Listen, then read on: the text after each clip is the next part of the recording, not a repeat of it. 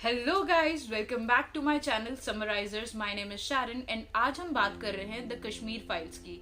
एक ऐसी मूवी जो सिर्फ 25 करोड़ में बनाई गई थी और अपने 8th डे में इसने 116 करोड़ कमा लिए। इसके डायरेक्टर का कहना है कि अगर इजाजत मिले तो ये फ्री में पार्कों में मूवी चलवाएं और सबको मौका दें द कश्मीर फाइल्स देखने का।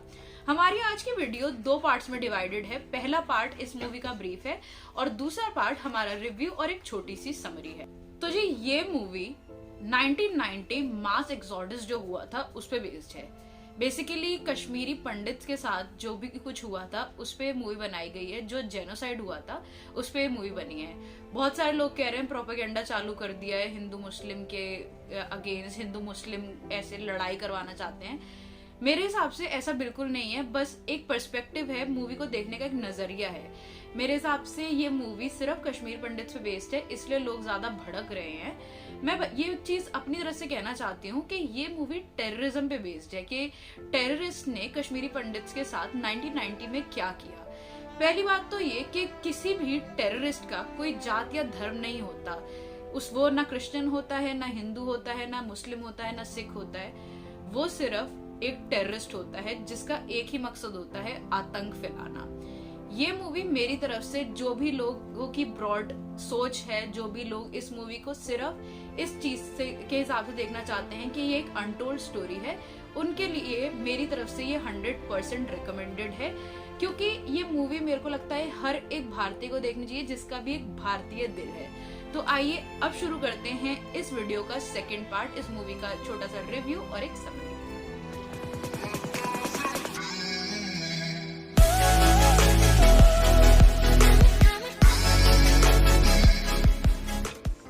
इस फिल्म का 90% क्रेडिट मैं देना चाहूंगी इस फिल्म के राइटर डायरेक्टर विवेक अग्निहोत्री को। सबसे बड़ी चीज तो ये कि इतने बड़े सेंसिटिव टॉपिक को बड़े पर्दे पर लेकर आना इज वेरी करेजियस। अगर आपने द ताशकंद फाइल्स देखी होगी तो आप ये पता जरूर लगा सकते हो और ये चीज आप बिल्कुल अच्छे से कह सकते हो कि इनका ब्रिलियंसी लेवल क्या है।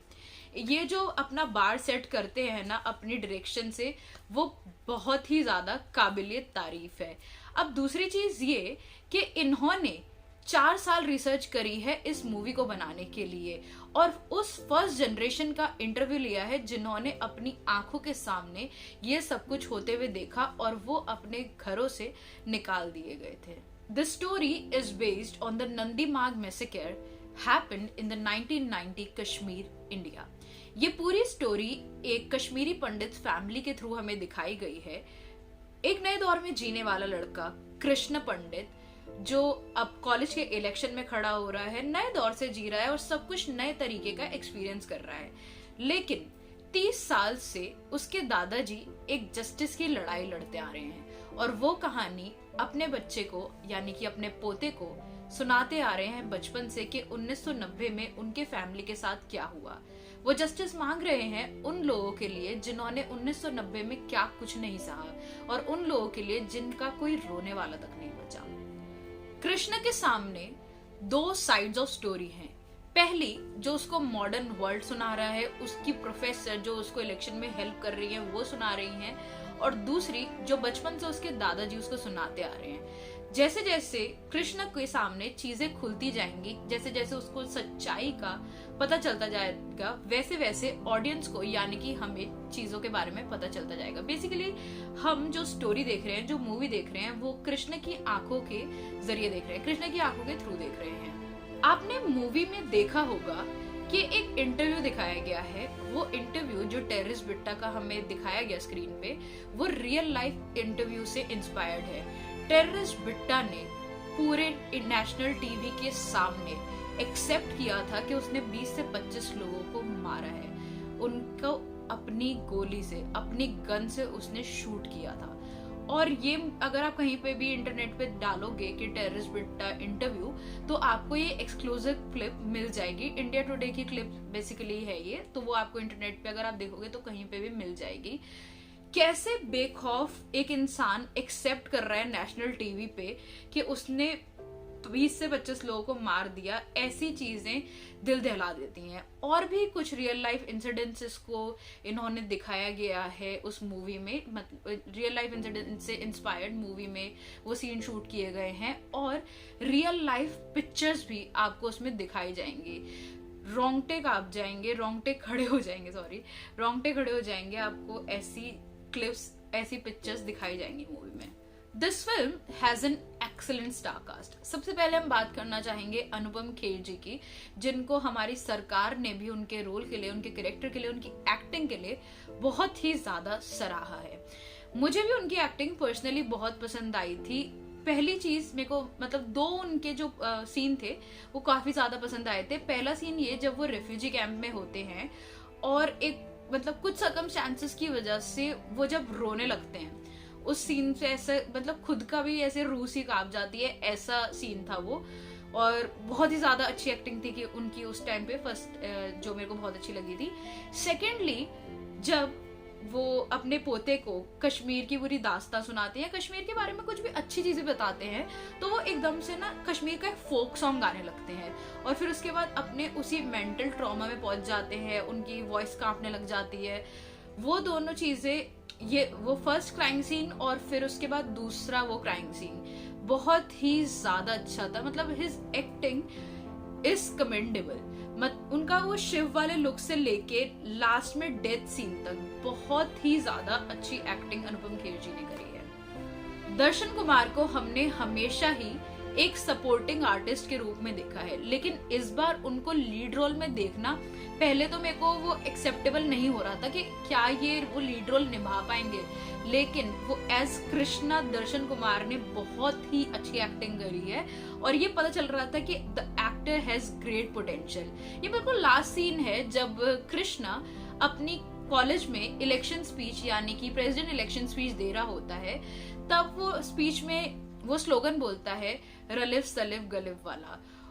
तब my eyes were watery too, और ऐसा लग रहा था कि वो इमोशनल कनेक्शन जो वो अपने डायलॉग से आपको फील कराना चाह रहे हैं, वो 100% फील जरूर होगा।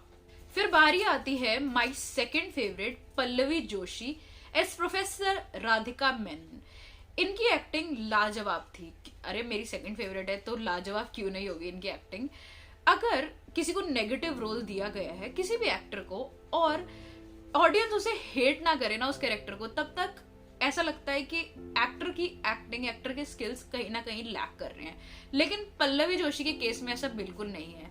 राधिका के कैरेक्टर को उन्होंने इतने अच्छे से निभाया है कि जब भी उनका फेस दिखाया जाता है, डायलॉग दिखाए जाते हैं, तो वो हेट्रेड ऑडियंस की तरफ से जरूर उस कैरेक्टर को मिली होगी, और आपको देख के ऐसा लगेगा कि यार कैसी बंदी है ये राधिका मेनन, अपने देश के लिए ये ऐसा कैसे कर सकती है। मतलब कोई इंसान इतना मतलबी कैसे हो सकता है, अपने फायदे के लिए कोई ऐसा कैसे कर सकता है। और दूसरी चीज ये कि पल्लवी जोशी के साथ साथ अगर हम बात करें जाए तो जिन्होंने बिट्टा कैरेक्टर निभाया है, चिन्मय है उनका नाम, तो उनके कैरेक्टर को मुझे वो डेप्थ नजर नहीं आई, तो मुझे लगता है कि शायद कहीं ना कहीं स्किल्स लैक कर रहे थे। As supporting artist Puneet Issar, Prakash Belawadi, Atul Shrivastava, इनके कैरेक्टर्स मुझे थोड़े ओकेश लगे, और ऐसा लगा इनके उसमें मेरे को डेप्थ की बहुत ज्यादा कमी नजर आई। I personally like the work of Bhasha Sumbli. इतना स्ट्रॉन्ग कैरेक्टर, इतना मतलब ऐसा रोल, अगर आपने देखा है उनका कैरेक्टर जो कि कृष्ण की माँ का रोल उनको मिला है, तो दिल दहला देने वाली तस्वीरें जो कहते हैं ना, वो उनके कैरेक्टर्स के साथ हुई थी। भाई इतनी बढ़िया एक्टिंग को करने के लिए ट्रू एक्टिंग स्किल्स और पर्सनली बहुत ही ज्यादा ताकत चाहिए। Last but not the least, my favourite Mithun Chakraborty as IAS Brahma. एक सीन आता है जब कृष्ण और IAS ब्रह्मा आपस में मिलके बात कर रहे होते हैं, और कृष्ण बोलता है कि आप सब लोग झूठ बोल रहे हो, ये सब झूठ है, कि कोई जेनोसाइड नहीं हुआ था 1990 में, कश्मीरी पंडित के साथ कुछ गलत नहीं हुआ था। तो ब्रह्मा पूरा की पूरी बात कृष्ण को इस तरीके से बताते हैं कि उस पूरे सीक्वेंस में ना आप मिथुन चक्रवर्ती की एक्टिंग के फैन हो जाओगे। मेरे हिसाब से इस मूवी के डायलॉग्स थोड़े और बेटर हो सकते थे, क्योंकि वही सेम रेपिटेशन मुझे पूरी मूवी में सुनाई दे रहा था। स्क्रीन प्ले में एक ही कमी थी और वो थी जंप कट्स, यानी कि पूरा ब्लैक स्क्रीन होके दूसरे स्क्रीन पर आना।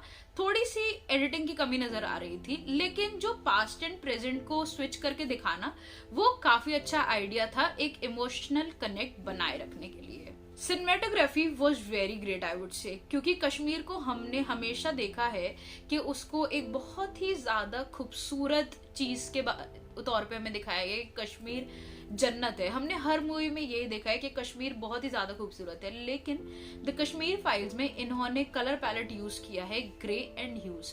उसमें ऐसा लग रहा था कि कश्मीर में जो भी कुछ हो रहा है उस टाइम पे, उसमें कश्मीर लाइफलेस हो गई है और अपने आप में ही बहुत ही ज्यादा उदास है। कुछ सीन ऐसे हैं इस मूवी में जो कि बहुत ही ज्यादा डिस्टर्बिंग हो सकते हैं, तो this movie is not for the फेंट हार्टेड।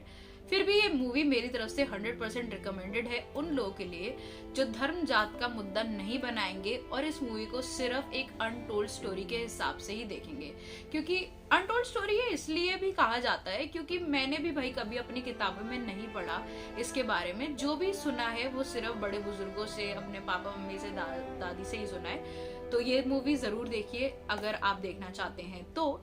दूसरी चीज ये कि अगर आप चाहते हैं द ताशकिन फाइल्स का भी आपको एक छोटा सा रिव्यू ब्रीफ समरी मिल जाए तो कमेंट सेक्शन में मुझे बता देना। हम मिलेंगे अगली वीडियो में, तब तक के लिए आप परंपरा को निभाते जाइए। Like, comment, share and subscribe. Tata, bye bye, take care.